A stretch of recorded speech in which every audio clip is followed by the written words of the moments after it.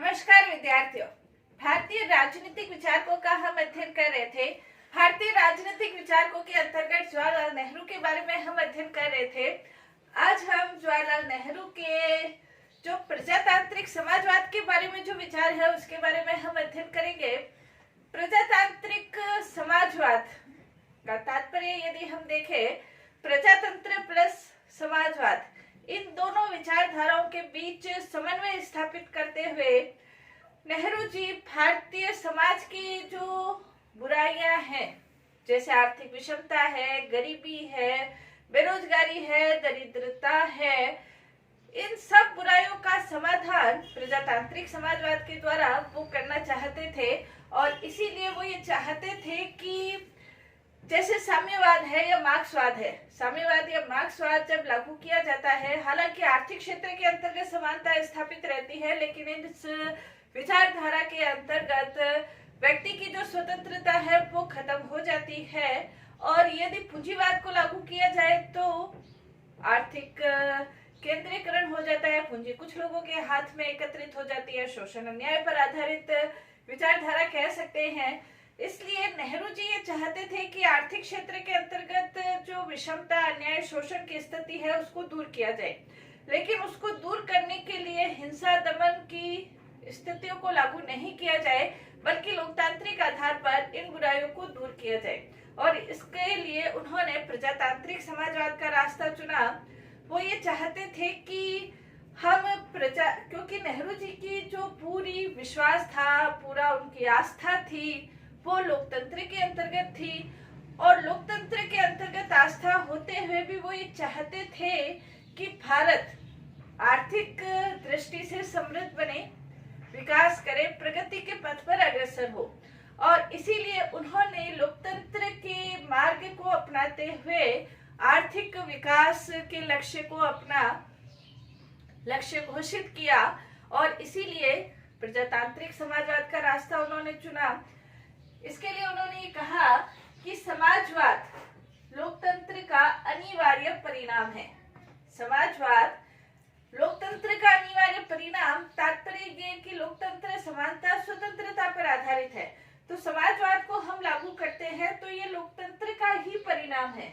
आर्थिक लोकतंत्र के बिना, आर्थिक रूप से समानता स्थापित किए बिना, आर्थिक रूप से लोगों को अधिकार दिए बिना राजनीतिक जो लोकतंत्र है वो निरर्थक है। और राजनीतिक लोकतंत्र ही समाजवाद का माध्यम बन सकता है। राजनीतिक लोकतंत्र, स्वतंत्रता, समानता, बंधुत्व, जनता का जनता के लिए शासन, ये समाजवाद का साधन बन सकता है। यानी कि लोकतांत्रिक पद्धतियों के आधार पर हम समाजवादी व्यवस्था को लागू करें, ये लोकतांत्रिक समाजवाद है। लोकतांत्रिक समाजवाद के अंतर्गत यदि हम देखें तो नेहरू जी की कुछ अवधारणाएं लोकतांत्रिक समाजवाद के अंतर्गत कह सकते हैं। पहला ये कि लोकतंत्र व समाजवाद की पारस्परिकता, लोकतंत्र और समाजवाद दोनों एक दूसरे के ऊपर निर्भर है। जहां लोकतंत्र है, समाजवाद लागू हो सकता है। समाजवाद के लक्ष्य को हम लोकतांत्रिक परंपराओं के आधार पर, लोकतांत्रिक साधनों के आधार पर, लोकतांत्रिक पद्धतियों के आधार पर हम समाजवाद को लागू कर सकते हैं। और इसलिए दोनों एक दूसरे के विरुद्ध नहीं, बल्कि एक दूसरे पर आधारित प्रक्रिया कह सकते हैं। जैसे इसके अंतर्गत नेहरू जी ये कहते हैं कि समाजवाद के द्वारा हम समाज के अंतर्गत अधिकारों की स्थापना कर सकते हैं, न्याय की स्थापना, सामाजिक, आर्थिक, राजनीतिक न्याय की स्थापना की जा सकती है। जो पूंजी का केंद्रीयकरण होता है, तो समाजवाद के माध्यम से हम पूंजी के केंद्रीयकरण का विरोध कर सकते हैं। साथ ही साथ उत्पादन और वितरण की न्याय संगत व्यवस्था को लागू किया जा सकता है। उत्पादन और वितरण की न्याय संगत परंपरा का, न्याय संगत वितरण की व्यवस्था का तात्पर्य यह है कि उत्पादन कुछ व्यक्तियों के हाथ में केंद्रित नहीं रहेगा और न ही उसका वितरण कुछ व्यक्तियों के हाथ में केंद्रित रहेगा, बल्कि इसकी न्याय संगत व्यवस्था होगी। यानी कि जिस व्यक्ति को जितनी आवश्यकता है उस अनुरूप उसे प्राप्त होगा। यानी कि आर्थिक क्षेत्र के अंतर्गत जो व्यवस्था है वो न्याय संगत व्यवस्था होगी, शोषण अन्याय की जो व्यवस्था है वो नहीं होगी। तो समाजवाद और लोकतंत्र एक दूसरे के विरुद्ध जो प्रक्रिया है वो नहीं है, बल्कि समाजवाद और लोकतंत्र जहां समाजवादी लक्ष्यों को प्राप्त किया जाएगा, वहीं लोकतंत्र के जो लक्ष्य हैं वो भी हमें प्राप्त होंगे। और इन दोनों का समन्वय करते हुए सामाजिक क्षेत्र के अंतर्गत, आर्थिक क्षेत्र के अंतर्गत, राजनीतिक क्षेत्र के अंतर्गत जो विषमता है वो विषमता दूर करके एक समता में समाज की स्थापना की जा सकती है। नेक्स्ट इसके अंतर्गत आर्थिक विकास में जनता की भागीदारी पर बल। लोकतांत्रिक समाजवाद के अंतर्गत आर्थिक क्षेत्र के अंतर्गत जनता अलग थलग रहे ये नहीं होगा, बल्कि आर्थिक क्षेत्र के अंतर्गत जनता की सचेतन, स्वतंत्र, सक्रिय भागीदारी निश्चित होगी। क्योंकि जनता आर्थिक क्षेत्र के अंतर्गत उनकी सहभागिता होगी। जो उत्पादन के साधन हैं उनके ऊपर कुछ लोगों तक वो सीमित नहीं होंगे, बल्कि उत्पादन के साधनों का विकेंद्रीयकरण भी होगा और न्याय संगत वितरण भी होगा। तो इसके अंतर्गत जनता की जो लोकतांत्रिक समाजवाद है, जनता की भागीदारी होगी। और जब जनता की भागीदारी होगी तो जनता के अंतर्गत फैली हुई जो विषमता है, बेकारी है, बेइज्जती है, दरिद्रता है, गरीबी है, इन सब के ऊपर कह सकते हैं समाधान किया जा सकता है, विजय प्राप्त की जा सकती है। नेहरू जी ने ये कहा कि यदि हम वर्तमान समय को देखें, नेहरू जी ने कांग्रेस के अधिवेशन के अंतर्गत भाषण देते हुए, अध्यक्ष भाषण देते हुए कहा था कि यदि हम देखें तो वर्तमान विश्व के अंतर्गत जो समाजवाद है वो चारों ओर छाया हुआ है और समाजवाद के अंतर्गत सभी लोग उसके कम या अधिक रूप से उसका समर्थन करते हैं। लेकिन समाजवाद का जो लक्ष्य है वो लक्ष्य किन साधनों या पद्धतियों के आधार पर प्राप्त किया जाए उसके क्षेत्र में जरूर कुछ भिन्नता हो सकती है, लेकिन समाज के क्षेत्र के अंतर्गत, समाजवाद के अंतर्गत सभी इसके सहमति प्रदान करते हैं, क्योंकि इसी के अंतर्गत ही आर्थिक जो समस्याएं हैं उन समस्याओं का समाधान छिपा हुआ है। और भारत के अंतर्गत भी ये जो सारी समस्याएं हैं, गरीबी, बेकारी, बेइज्जती, गुलामी, शोषण, अन्याय, विषमता, इन सारी समस्याओं का समाधान समाजवाद के अंतर्गत ही छिपा हुआ है। नेक्स्ट इन्होंने समाजवाद की उदार और व्यवहारिक व्याख्या प्रस्तुत की। उन्होंने ये कहा कि समाजवाद सिर्फ आर्थिक क्षेत्र में हम सोचे कि आर्थिक क्षेत्र के अंतर्गत विषमता को कम करके लोगों की सहभागिता के आधार पर आर्थिक क्षेत्र के अंतर्गत विषमता कम करे, सिर्फ समाजवाद यही है। उन्होंने कहा कि समाजवाद इससे बढ़कर है। समाजवाद एक ऐसी प्रक्रिया है जो कि लोगों को विवेक सम्मत और एक नैतिक दृष्टिकोण का व्यापक स्वरूप प्रदान करती है। यह एक जीने का एक तरीका, एक सोचने का एक विस्तृत व्यापक तरीका प्रदान करती है कि लोग अपने उच्च आदर्शों के अनुरूप अपना जीवन व्यतीत कर सके। ऐसी दृष्टि समाजवादी व्यवस्था के अनुरूप प्रदान की जाती है। तो समाजवाद सिर्फ आर्थिक क्षेत्र तक ही सीमित नहीं है, बल्कि वो एक उदार है और व्यवहारिक है। इसके अंतर्गत उन्होंने ये कहा था, नेहरू जी ने, कि मुझे विश्वास है कि भारत की समस्याओं का समाधान, भारत की सारी समस्याओं का समाधान समाजवाद में ही निहित है। उन्होंने आगे ये भी कहा कि हमारे समक्ष शांतिपूर्ण सहयोग पर आधारित जो विश्व व्यवस्था है उसको प्राप्त करने के लिए आवश्यक है कि हम प्रजातंत्र और समाजवाद के बीच समन्वय स्थापित करते हुए इस दिशा की ओर आगे बढ़े। तो उन्होंने समाजवाद की उदार और व्यावहारिक व्याख्या प्रस्तुत की। प्रत्येक देश की अपनी एक परिस्थितियां होती है और प्रत्येक देश की परिस्थितियों के अनुरूप वो अपना लक्ष्य, अपने उद्देश्य निर्धारित करता है। नेहरू जी ने कहा कि भारत की परिस्थितियां वर्तमान समय प्रजातांत्रिक समाजवाद के आधार पर ही हम अपने लक्ष्यों को प्राप्त कर सकते हैं। समाज के अंतर्गत विषमता, जो शोषण है, अन्याय है, उसको हमें खत्म करना है। लेकिन उसको खत्म करने के लिए हिंसात्मक तरीके से यदि हम उन्हें खत्म करना चाहे, दमनात्मक तरीके से खत्म करना चाहे, तो हम खत्म नहीं कर सकते हैं। इसलिए भारत के अंतर्गत ऐसी विषम परिस्थितियों को दूर करने के लिए जनता के मध्य एक समन्वयात्मक दृष्टिकोण की स्थापना करनी होगी और उस दृष्टिकोण के आधार पर ही हम इन समस्याओं के समाधान की दिशा की ओर आगे समाधान किया जा सकता है। नेक्स्ट, इसके अंतर्गत नेहरू जी कहते हैं समाजवाद के प्रति नैतिक दृष्टिकोण।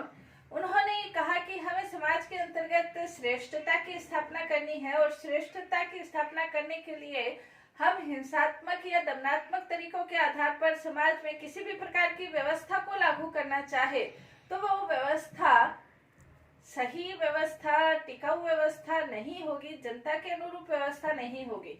चूंकि नेहरू जी का लोकतांत्रिक व्यवस्थाओं के अंतर्गत भी पूर्ण विश्वास था, इसलिए लोकतांत्रिक व्यवस्थाओं के प्रति पूर्ण विश्वास होते हुए उन्होंने ये कहा था कि समाजवाद को हमें लागू करना है, लेकिन समाजवाद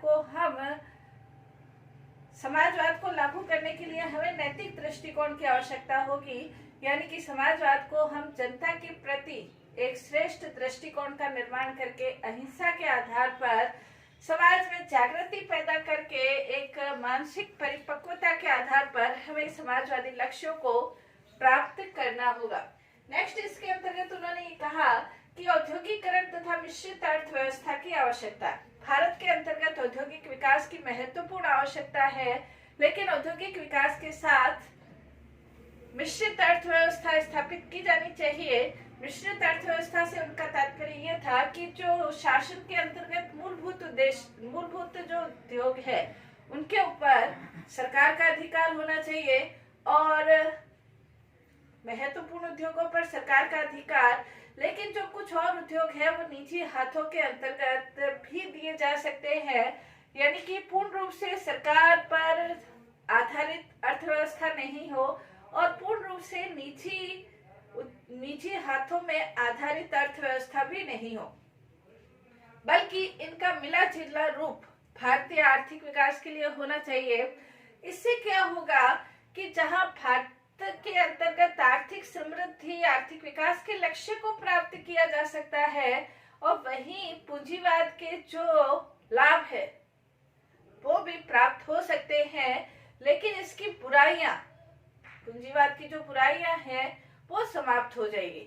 इसलिए उन्होंने कहा कि भारत के अंतर्गत औद्योगिकरण की आवश्यकता है। औद्योगिक दृष्टि से हमें आगे बढ़ना है, उद्योगों की स्थापना करनी है, लेकिन इसके साथ ही साथ कुछ उद्योग राज्य के अंतर्गत हो और कुछ उद्योग निजी हाथों के अंतर्गत हो। मिश्रित अर्थव्यवस्था के आधार पर हमें आगे बढ़ना होगा। नेक्स्ट, इसके अंतर्गत उन्होंने साधनों के न्याय संगत वितरण पर बल दिया। जो साधन है उनका कुछ व्यक्तियों के हाथ में या कुछ लोगों के हाथ में नहीं होने चाहिए, बल्कि साधनों का न्याय संगत वितरण होना चाहिए। साधनों के न्याय संगत वितरण का तात्पर्य ये है कि इसके अंतर्गत जो साधन है, जिन व्यक्तियों को आवश्यकता है जिन साधनों की, वो साधन उन्हें प्राप्त होने चाहिए। जो मूलभूत आवश्यकता है, रोटी, कपड़ा और मकान की आवश्यकता है, वो सभी व्यक्तियों को प्राप्त होना चाहिए।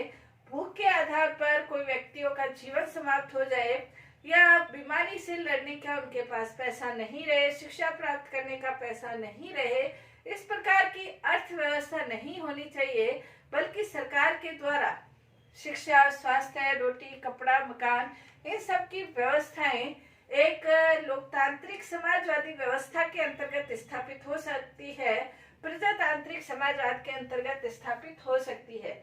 इसलिए उन्होंने ये कहा कि साधनों के न्याय संगत वितरण पर बल दिया जाना चाहिए। नेहरू जी ने जो लोकतांत्रिक समाजवाद का लक्ष्य घोषित किया या अपनी विचारधारा प्रकट की, तो भारत ने संविधान निर्माण के बाद लगातार लोकतांत्रिक समाजवाद की दिशा में भारत अग्रसर हो रहा है। इसके अंतर्गत हम ये कह सकते हैं कि जहां लोकतंत्र के गुणों को ग्रहण किया गया है, साथ ही साथ समाजवाद के गुणों को भी ग्रहण करने की कोशिश की गई है। और इसके अंतर्गत भारतीय संविधान के अध्याय 4 के अंतर्गत जो नीति निर्देशक तत्व है, नीति निर्देशक तत्व के अंतर्गत लोकतांत्रिक समाजवाद की दिशा में कदम बढ़ाने के संबंध में राज्यों को निर्देश प्रदान किए गए हैं। नीति निर्देशक सिद्धांतों में जैसे उद्योगों में मजदूरों का सहभागिता, समान कार्य के लिए समान वेतन, कुटीर उद्योगों की व्यवस्था, औद्योगिकरण का विकास, इस तरह के जो नीति निर्देशक तत्व है उसके आधार पर हम कह सकते हैं कि लोकतांत्रिक समाजवाद की दिशा की ओर कदम बढ़ाए जा रहे हैं। साथ ही साथ जो अधिकारों के क्षेत्र में व्यवस्था की गई है, आर्थिक दृष्टि से, आर्थिक समानता की दृष्टि से अधिकार प्रदान किए गए हैं। और साथ ही साथ भारत स्वतंत्र होने के बाद हर 5 वर्ष के लिए पंचवर्षीय योजनाओं को लागू किया जाता है। पंचवर्षीय योजनाओं का लक्ष्य भी लोकतांत्रिक समाजवाद की दिशा में आगे बढ़ना है। भारत को आर्थिक, लोकतांत्रिक मूल्य, लोकतांत्रिक पद्धति, लोकतांत्रिक साधनों के आधार पर समाजवादी लक्ष्यों को प्राप्त करना, ये पंचवर्षीय योजनाओं का उद्देश्य रहा है। तो भारत के अंतर्गत निरंतर उसने आर्थिक समाजवाद, ये लोकतांत्रिक समाजवाद की दिशा में आगे बढ़ने की ओर निरंतर प्रयास होता रहा है। अंत में हम कह सकते हैं कि समाजवादी समाज समतामय समाज होगा। नेहरू जी ये कहते हैं, समाजवादी समाज समतामय समाज होगा जिसमें राज्य के दमनकारी और हिंसात्मक हस्तक्षेप के बिना ही लोग शोषण मुक्त समाज के प्रति समर्पित होंगे और प्रयत्नशील होंगे। निष्कर्ष रूप में हम कह सकते हैं लोकतांत्रिक समाजवाद का तात्पर्य लोकतांत्रिक साधनों के द्वारा एक समतामय और समाजवादी समाज की स्थापना करना। ये नेहरू जी इसके प्रति पूर्ण रूप से समर्पित थे और वो ये चाहते थे कि लोकतांत्रिक पद्धति के आधार पर समाज के अंतर्गत विषमता, गरीबी, बेरोजगारी को दूर करते हुए एक समतामय समाज की स्थापना की जाए।